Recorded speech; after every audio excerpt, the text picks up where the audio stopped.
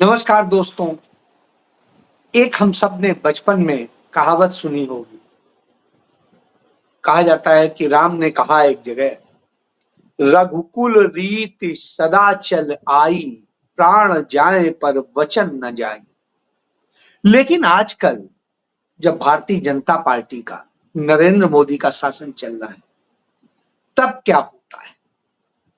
तब नरेंद्र मोदी कहते हैं, मोदी नीति सदा चलाई, वोट न जाए वचन जाए। तो साहब वचन चले जाए, यानी संकल्प चले जाए, गारंटियां चली जाएं, कोई भी और बातें हो वो चली जाएं, कोई फर्क नहीं पड़ता है। वोट नहीं जाने चाहिए, तमाम तरह की चीजें करते रहनी चाहिए। तो वह चीज आज हम देख रहे हैं। मैं ये इसलिए गिना रहा हूं कि राम राम का बड़ा नाम लेते हैं, तो उन्हीं राम से मैं शुरू कर रहा हूं कि राम की तो यह नीति थी, रघुकुल रीति सदा चल आई, प्राण जाए पर वचन न जाए। यहां तो बिल्कुल उल्टा है।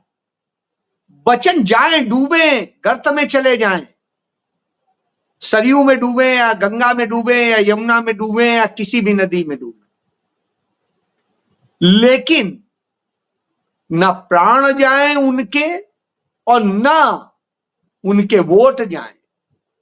बस एकमात्र सत्ता नहीं जानी चाहिए, चाहे कुछ हो जाए, चाहे जो करा लो। कल जिसे कहते हैं मां गंगा ने मुझे बुलाया, उन्होंने इन्हें गोद ले लिया है। तो मां गंगा ने जिसे गोद ले लिया है, वैसे तो इसका मतलब यदि किसी बनारसी से पूछिएगा तो उसका मतलब होता है वो गंगा में समा गया है, निपट गया। उसे कहते हैं मां गंगा ने गोद ले लिया या मां गंगा ने बुला लिया। बहरहाल नरेंद्र मोदी गोरख जब आए हैं गुजरात से, तो वो उसी तरह की बात करें, क्योंकि वहां तो गंगा होती नहीं। तो वो उस गंगा में, जिसे मां गंगा कहते हैं, वहां पर क्रूज पर खड़े होकर के इंटरव्यू देते हैं और इंटरव्यू में कहते हैं, मैंने कभी हिंदू मुस्लिम नहीं किया।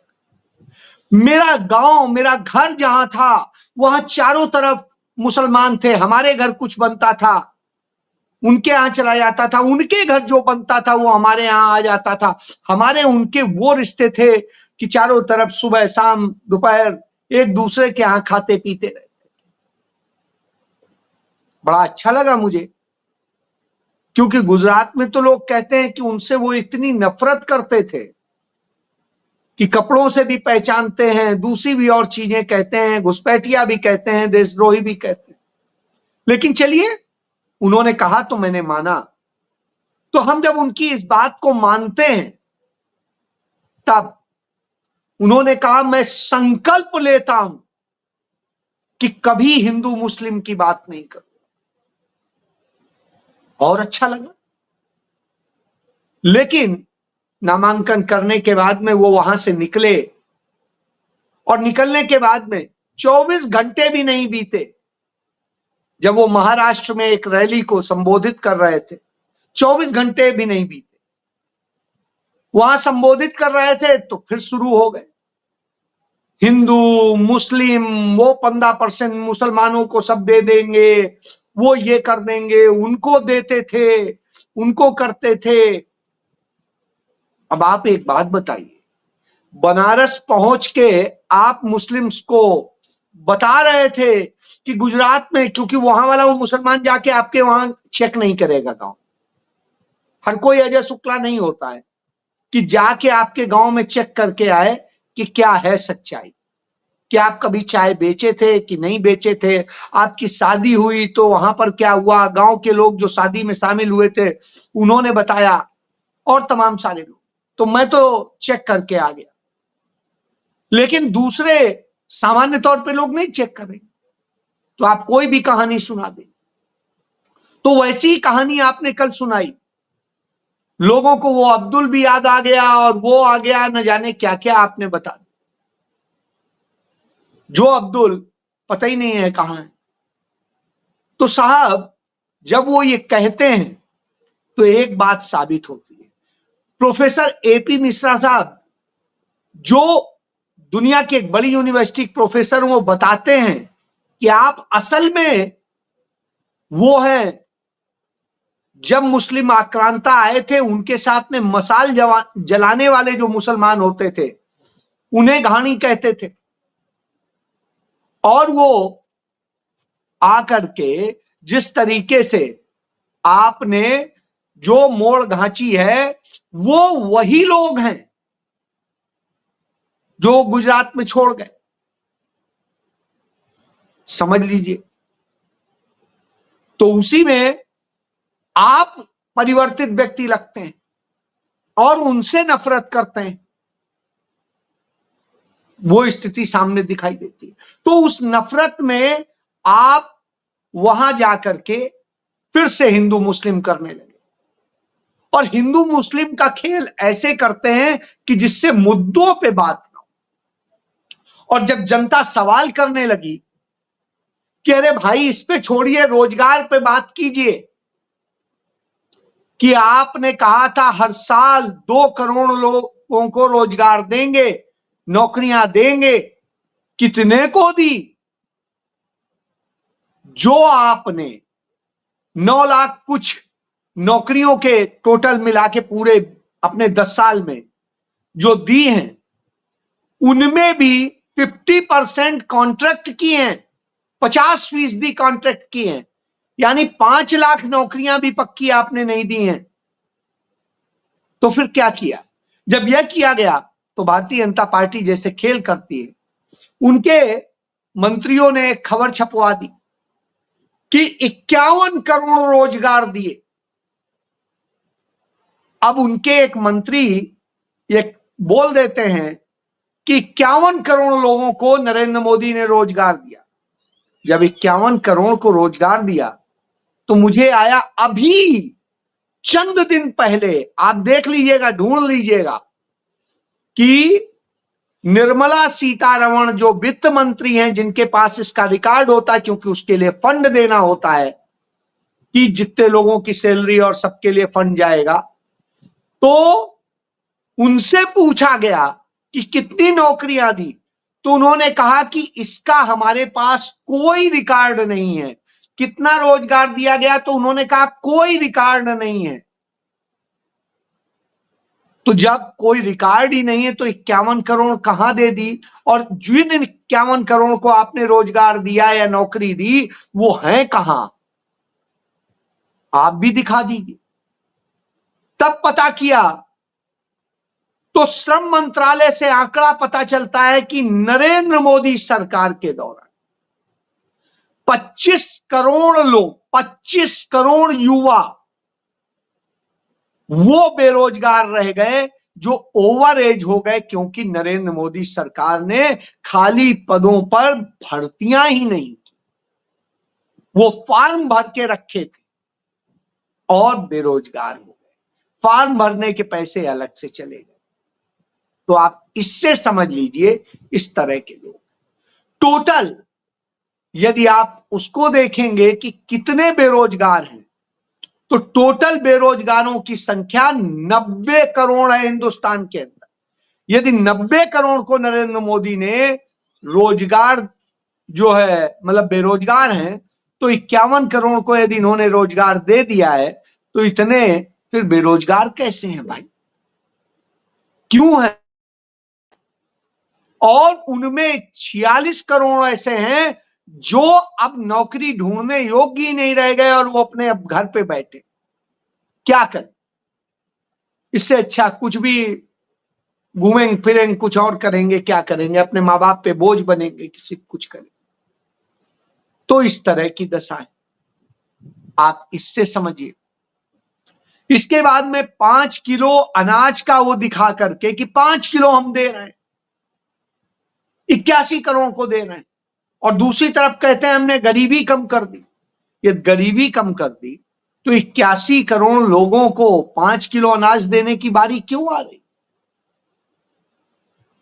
तो इसके जवाब में मल्लिकार्जुन खड़गे और अखिलेश यादव की ज्वाइंट प्रेस कॉन्फ्रेंस हो और वो कहते हैं कि हमारी सरकार ने ही, जब केंद्र में सरकार थी, उस सरकार ने ही भारत के लिए खाद्य का अधिकार दिया था। फूड सिक्योरिटी एक्ट, खाद्य सुरक्षा अधिनियम पारित किया था, जिसके तहत कोई भी सरकार आए उसे इस देश के लोगों को भूखा मरते नहीं छोड़ना होगा, उसे अनाज देना ही पड़ेगा मिनिमम, क्योंकि जिससे वह रोटी खाए।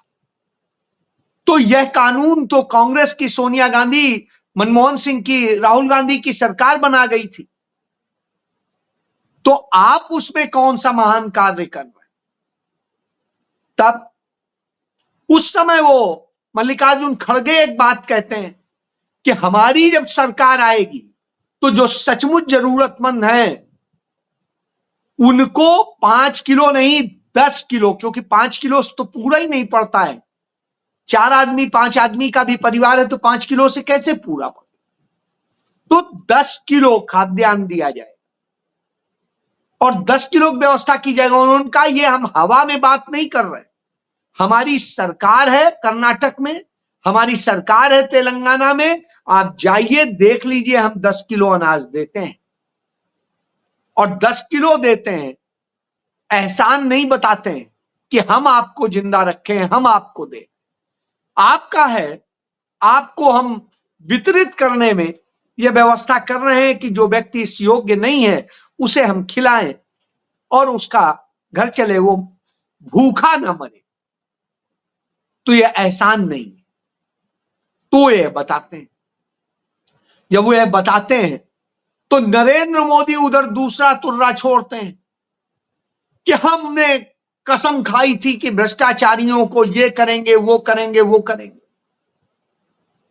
तो साहब एक घटना सामने आती कि 15 दिन पहले नरेंद्र मोदी ने उत्तराखंड के काशीपुर में एक फ्लाईओवर का उद्घाटन किया था और बड़े जोर शोर से बताया था। 15 दिन हुए उद्घाटन किए, उस फ्लाईओवर के पिलर्स पे दरारें आ गई। जाइए आप देख लीजिए, दरारें आ गई हैं, कभी भी गिर जाए, कुछ हो जाए, क्या हो जाए। 15 दिन में टूटने लगे। कांग्रेस के समय में तो पंडित नेहरू के समय में, इंदिरा जी के समय में, लाल बहादुर शास्त्री जी के समय में और सबके समय में ये बने थे। और बनने के बावजूद स्थिति ये है कि उस समय नहीं ये होता था, आज भी सलामत है, तमाम सारे पुल सलामत हैं, तमाम सारी इमारतें सलामत हैं। और इत्तेफाक से मैं जिस बिल्डिंग में रहता हूं, ये पंडित नेहरू के समय की बनी बिल्डिंग, सन 58 की बनी बिल्डिंग है और इस बिल्डिंग में आज तक कोई जरूरत नहीं पड़ी है कि कहीं कोई एक चीज तोड़ के, एक दिन एक दीवार का ईंटा तोड़ के एक वो लगाना था, स्थिति है वो नहीं टूट रहा था। तो आप इससे समझ सकते हैं कि क्या जो है ये सोच होती है और क्या स्थिति। तो इस तरह से झूठ बोला जाता है और इस तरह से भ्रष्टाचार पनपाया जाता है। तब आप समझिए, बाकी कोरोना काल में जो हुआ है हमने सबने देखा है, उस पर बड़ी चर्चा हो चुकी है। बेरोजगार जिस तरह से बनाया है, कितने पद खत्म कर दिए उस पर बात नहीं होती। तो 25 करोड़ को ओवरएज कर दिया, बाकी को वैसे कर दिया और उसके बाद कहते हैं कि साहब हम ऐसे करेंगे, फिर झूठ बोलते हैं खाद्य सुरक्षा के नाम पे हो या किसी भी नाम पर। तो इससे यह समझ में आता है कि आप देश के लिए कर क्या रहे। वास्तव में झूठ और नफरत का ये करते हैं तो क्यों करते हैं? तो इस पे एक बड़ा अच्छा सा सवाल, ये इसलिए करते हैं क्योंकि उन्हें पता है कि उनके लोग मूर्ख हैं और वो उसी में आ जाएंगे। इसका एक उदाहरण मैंने देखा न्यूज 24 के कार्यक्रम में, माहौल कैसा है के में, लखनऊ में ही रिपोर्टर लोगों से पूछ रहा था क्या स्थिति है, क्या माहौल है। उसी में एक भारतीय जनता पार्टी के नेताजी आ गए। पूछा आप, तो कहे हम जन्म से आरएसएस से हैं, लगे हुए हैं, बलिया से आए। कहा अच्छा, कहा बताइए फिर क्या माहौल। का मोदी जी ने कह दिया है 400 पार तो 400 पार। उनका अच्छा, उनका उत्तर प्रदेश में कितनी सीटें हैं और कितनी जीतेंगे। उनका उत्तर प्रदेश में 360 लोकसभा सीटें, 360 लोकसभा सीटें, और वो जीतेंगे। अब आप समझिए, जब यह ज्ञान दिया जाता हो तो 360 हो या 400 पार हो या 600 पार हो, 800 पार हो, कुछ भी कह सकते हैं। इससे आप समझ सकते हैं। तो यह स्थिति है। फिर इसके बाद में भारतीय जनता पार्टी और उनका मीडिया इसलिए कह रहा हूं क्योंकि उन्हीं की चरण चुम्बन करता है। तो वो कहता है मोदी जी इतना काम करते हैं कि उन्होंने 646 रैलियां की, आज तक किसी प्रधानमंत्री ने नहीं की। बिल्कुल सही कहा उसने, नहीं की है आज तक किसी प्रधानमंत्री, क्योंकि प्रधानमंत्री की रैलियों में जिस तरीके से सरकारी धन और सरकारी संसाधन इस्तेमाल होता है, उनकी सुरक्षा के नाम पे, उनके प्रोटोकॉल के नाम पे और बहुत सारी चीजों के नाम पे, उससे देश को नुकसान होता है। इसलिए सीमित करनी चाहिए। हिंदुस्तान के इतिहास में नरेंद्र मोदी के बाद में सबसे ज्यादा यदि रैलियां किसी ने की थी तो 62 रैलियां राजीव गांधी ने की, 55 रैलियां अटल बिहारी वाजपेयी ने की थी और 42 रैलियां इंदिरा गांधी ने की थी, 38 रैलियां पंडित जवाहरलाल नेहरू ने की थी, 25 रैलियां लाल बहादुर शास्त्री जी ने की थी और 11 रैलियां नरसिम्हा राव ने की थी और डॉक्टर मनमोहन सिंह ने 4 रैलियां की थी। इससे आप समझ सकते हैं कि वो देश के धन को बर्बाद नहीं करते। वो रैलियां करना प्रधानमंत्री का काम नहीं है। वो सिंबॉलिक जाता है कि सारे राज्यों में उपस्थिति हो जाए, बड़े राज्य हैं तो वहां 1-2 जगह हो जाए, 3 जगह हो जाए। तो इस तरह से होता है और यह तरीका होता है। लेकिन नरेंद्र मोदी सिर्फ प्रचार जीवी हैं, चुनाव जीवी हैं, इसीलिए कहा जाता है कि वो सिर्फ प्रचार पर फोकस करते हैं, काम पर नहीं। यही वजह है कि आज देश का हर व्यवस्था गर्त में जा रही है। इसीलिए राहुल गांधी कहते हैं इस देश को प्रधानमंत्री की जरूरत, प्रचार मंत्री की नहीं। उस व्यक्ति की जरूरत नहीं है प्रधानमंत्री के पद पर जो रुदाली करता हो, रोता हो, ड्रामे करता हो, महंगे महंगे सूट पहन के बोले कि मैं गरीब हूं, महंगी महंगी दुनिया की सबसे महंगी गाड़ियों में चलने के बाद कहे कि मैं तो गरीब हूं, और दुनिया के सबसे महंगे प्लेन में चलने के बाद कहे कि मैं गरीब हूं। अब आप समझ लीजिए, यदि इतने ही गरीब है तो फिर ये हो क्या रहा। इससे समझ में आता है कि वास्तव में नरेंद्र मोदी का पूरा साम्राज्य झूठ पर टिका है। इस देश को अब झूठा व्यक्ति नहीं चाहिए। इस व्यक्ति को काम करने वाला, सच्चा, ईमानदार और शिक्षित व्यक्ति चाहिए, जो हमारे देश का स्टेट्समैन बन जाए, जो झूठ ना बोले। हमारे एक कर्नल को इजराइल में मार दिया गया, कत्ल कर दिया, उस पर कोई बात नहीं हो रही कि नरेंद्र मोदी इजराइल के चरणों में पड़े हैं, फिर हमारे कर्नल को मार देता है और कोई जवाब नहीं, सुई पटक सन्नाटा, कोई आवाज नहीं। किस तरीके से मीडिया को डराया गया, धमकाया गया, क्या क्या किया गया, वह भी सामने। तो आप समझिए, और कर्नल वैभव काले जिनको मारा गया, बीजेपी के वोटर थे, इन्होंने भेजा था। उसके बाद यह स्थिति है। तब आप बताएंगे क्या हुआ? आप रायबरेली में पहुंच के झूठ बोलते हैं और भड़काते हैं कि यहां क्या किया है कांग्रेस ने 70 सालों में। तो जवाब वहां की जनता देती है कि वहां राष्ट्रीय उड़ान एकेडमी है, कांग्रेस ने बनाई। एम्स है, कांग्रेस ने बनाया। मॉडर्न रेल कोच फैक्ट्री है, जिससे आप वंदे भारत और सबके डिब्बे बना रहे हैं, वो रायबरेली में ही सोनिया गांधी ने ही बनवाई थी। जहां से आपका ये सब कुछ चल रहा है, बड़ी बड़ी महंगी ट्रेनों का जिनका आप दिखाते हैं, तो वहां से बन रहा है।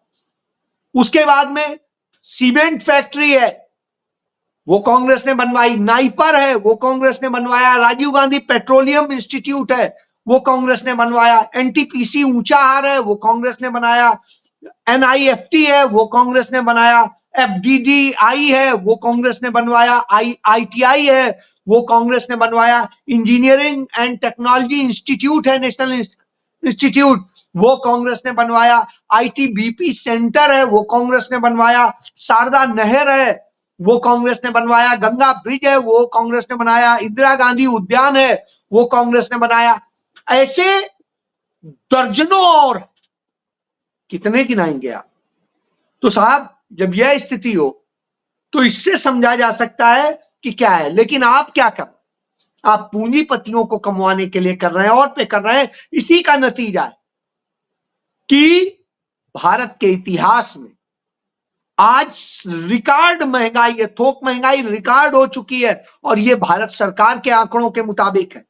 आज फूड आर्टिकल में 7.74% की जो है बढ़ोतरी हो रही है। और इसके अलावा सब्जियों और दूसरे प्रोडक्ट्स पे 23.60% की दर से बढ़ रही है। तो आप इससे समझ लीजिए कि क्या खेल होता है। और जो मीडिया सच बताता है तो उन्हें जेल में डाल देंगे। अब प्रवीर जो थे, उनको जेल में डाल दिया गया। क्यों डाल दिया गया? उनका दोष क्या था? उन्होंने किया क्या था? उन्होंने सच दिखाने की कोशिश की थी, सच बचाने की कोशिश की थी। तो उनका न्यूज क्लिक को यह कह के वो विदेशी फंडिंग है और यह कह के आपने जेल में डाल दिया। तो यह आप खेल करते हैं। मेरे खुद के अपने ट्विटर हैंडल को मैं कभी भी कोई आपत्तिजनक बात नहीं कहता हूं, उसको आ गया कि उसमें रेड वो लगा दिया गया है कि साहब ये है। तो ठीक है, आपकी मर्जी है, आप कर लीजिए। लेकिन सच बोलना मेरा धर्म है, मैं करूंगा। वही बात राहुल गांधी की। तो सच के साथ खड़ा हूं, लड़ूंगा। आप जो करना चाहें कर लीजिए। ये आपको चैलेंज भी, चैलेंज।